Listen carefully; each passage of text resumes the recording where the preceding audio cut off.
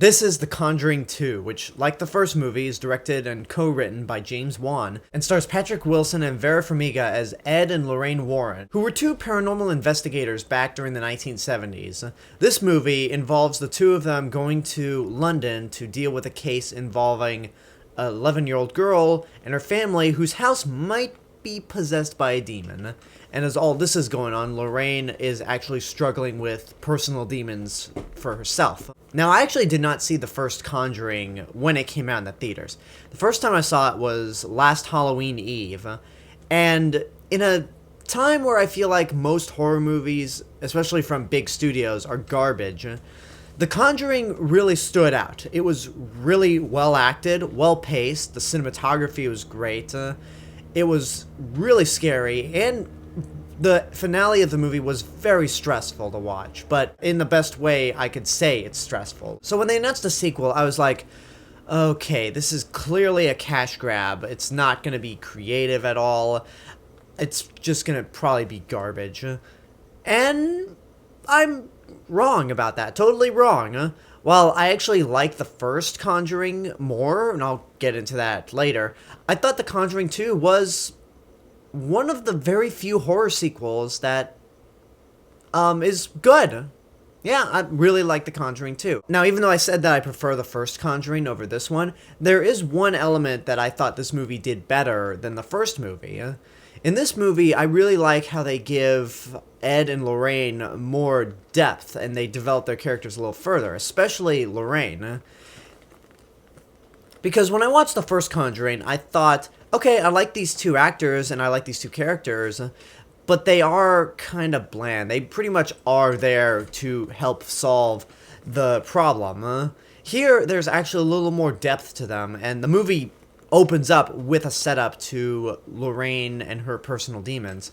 And I thought it was really well done. Both Patrick Wilson and Vera Farmiga managed to convey that very well. They're both really good actors. In fact, most of the actors do a really good job also. Your two best actors in this movie, I think, are Vera Farmiga, and then this girl named Madison Wolfe who plays Janet, the 11-year-old British girl who gets possessed by the demon. She's really good. She's intense when she has to be intense. When she's scared, you really buy the fact that she is scared. She's so good in this movie. And this movie pretty much has the same tone as the first one, and still delivers on some really intense scares. And it's not like the whole jump scare thing. I mean, there are jump scares, but it's also not about how many people you can kill.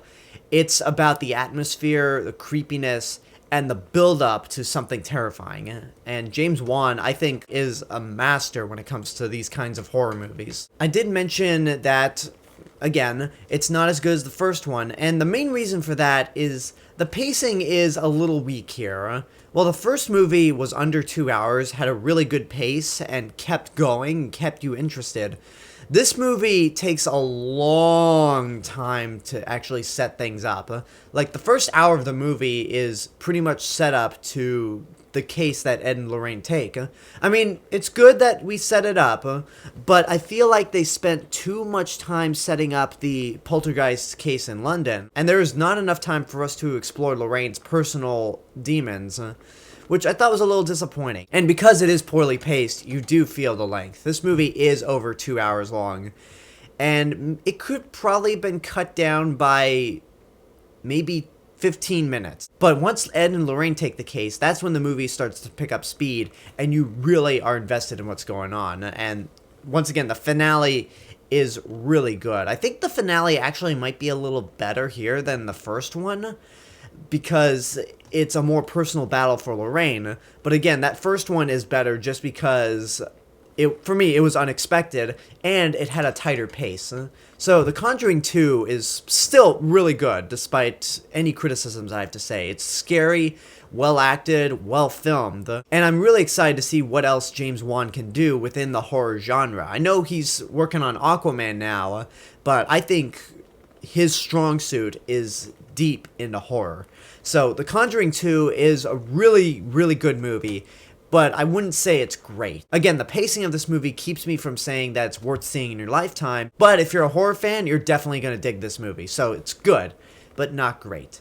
And that's my review for The Conjuring 2. I hope you enjoyed this review. I can't wait to hear what you guys think about the movie, if and when you've seen it. Like, comment, subscribe, share me with your friends. Don't forget to check out my official website. You can also follow me on Facebook, Twitter, Instagram, Periscope, Rift.tv. And if you love what I'm doing on this channel, whether it's movie reviews, let's plays, or podcasts, you can go support me over at patreon.com/TheRealMrRobinson. And remember, this is The Real Mr. Robinson telling you there is only one.